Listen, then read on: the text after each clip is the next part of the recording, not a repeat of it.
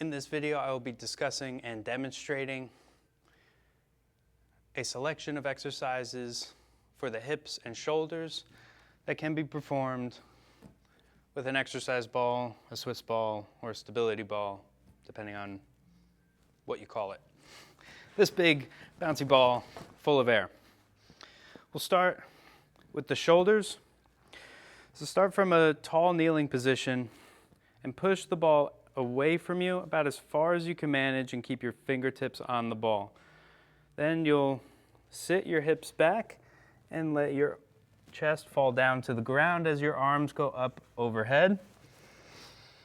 And you should begin to feel a stretch underneath the arms in your lats. I recommend trying to find a neutral pelvis position. Most people will have a tendency to dump their pelvis forward, so try to tilt that back, tuck your tail under. And if you're just looking for a stretch, you can stay here in this stretch and just breathe for a minute or two. You can also make it a dynamic stretch, coming in and out of the stretch. Really focus on pressing the ball down into the ground to use those stretched muscles to push you out of it. So you're stretching the lats, taking them to the end of their range of motion, and then contracting the lats and building strength throughout that range of motion, which will help you to maintain that flexibility and mobility. Then from this stretched position, you can work the other side of the shoulder, the top side of the shoulder, by coming down to the stretch position and lifting one hand up off the ball. You can do both, but then the ball might get away from you. So just do one at a time. And because you're at your end range of motion, your hand isn't going to come very far up off the ball, but you will be using these shortened muscles on the top side of the shoulder. I go back and forth. You can vary the amount of tension that you try to create, the length of the contraction, and the amount of repetitions that you do based on your program and your goals.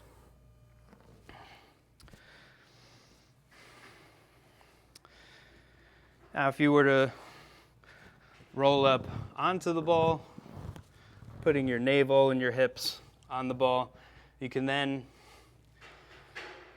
take your shoulders through a similar range of motion, but a larger range of motion. Going up overhead, you can do both at a time, both at the same time. Coming into a bit of a Superman position and back down. And with these extra degrees of freedom in the shoulder, we can begin to perform other exercises from this position. Bringing our hands to our head, behind the ears, and out wide. Keeping tension in between the shoulder blades. Keeping the chest lifted up off the ball so our spine is in extension. You can also rotate the arms in and out, or alternate. Come out to the sides and do the same thing. Or come to what I believe some people call a swimmer. One hand on the small of the back of the hand is on the small of the back, bottoms of the fingers on the back of the head, and switch sides, coming out wide, keeping the chest lifted, and switching sides. You can do both, going through the same motion simultaneously or alternating. Now from this position, we also have the option to do very similar exercises for the hips. So you come forward a bit on the ball, and then you can lift the legs up, bring your hips into extension. You should feel your glutes really start to contract. It's likely that you'll feel your lower back get tight and contract as well. Try to minimize that contraction in this position. We don't really want to create a tight lower back, at least many of us don't want to. If you are looking to create tightness in your lower back, by all means, try to get your heels up to the ceiling.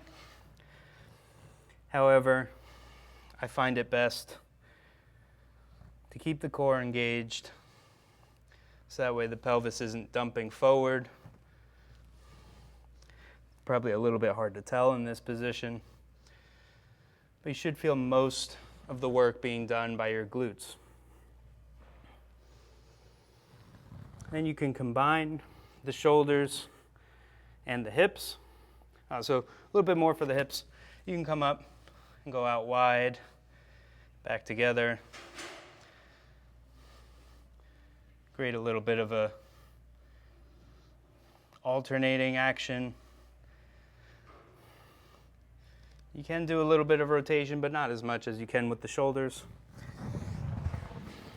Now to exercise the hips and the shoulders simultaneously,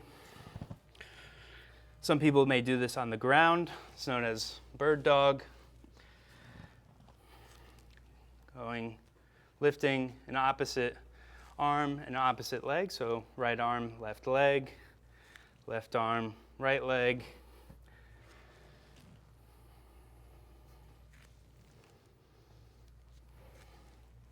Which helps to coordinate the posterior oblique sling of the body. And this is a little bit more challenging than doing the bird dog exercise from hands and knees, because being up on the ball will challenge your stability and your balance a little bit more. Now staying with the hips for one more exercise. If you sit on the ball and then walk your feet forward as you roll down the ball until your shoulders are resting on the ball. You can then do hip extensions, coming all the way down. And again, you really want to feel your glutes driving the exercise, getting a good squeeze at the top. You may choose to do this with one leg at a time. You may want to put your hands down as a bit of a kickstand, as this will really challenge your balance.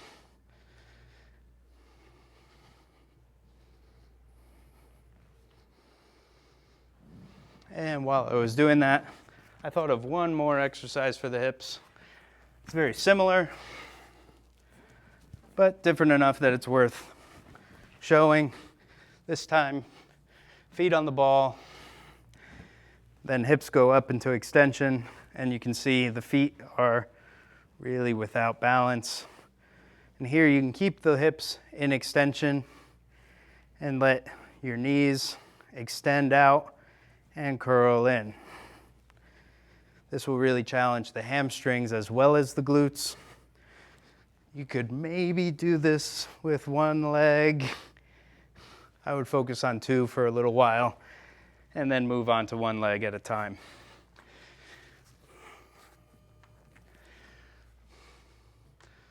So there you have a few exercises that can be done with your big inflated bouncy gym ball. I hope you found this video helpful. Thank you for your time, your attention, and your energy.